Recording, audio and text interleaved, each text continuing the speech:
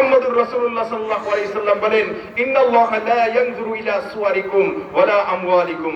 কার কত টাকা আছে, কার কত সম্পদ আছে, কার চেহারা কত সুন্দর, আল্লাহ সেদিকে তাকান না।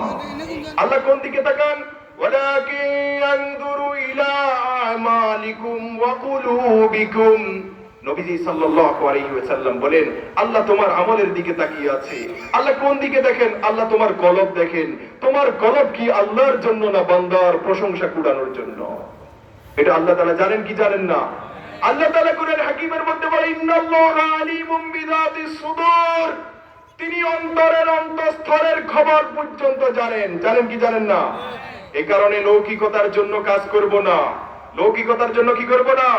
কাজ করব না।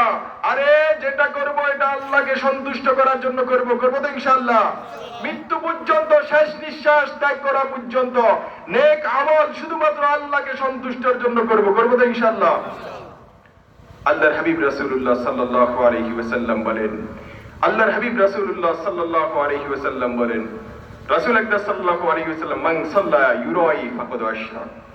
শাদ্দাদ ইবনে আওস রাদিয়াল্লাহু তাআলা আনহু বলেন, মিশকাতুল মাসাবিহের 2 নম্বর খণ্ডে বর্ণনা এসেছে, নবীজি সাল্লাল্লাহু আলাইহি ওয়াসাল্লামের প্রিয় সাহাবী শাদ্দাদ ইবনে আওস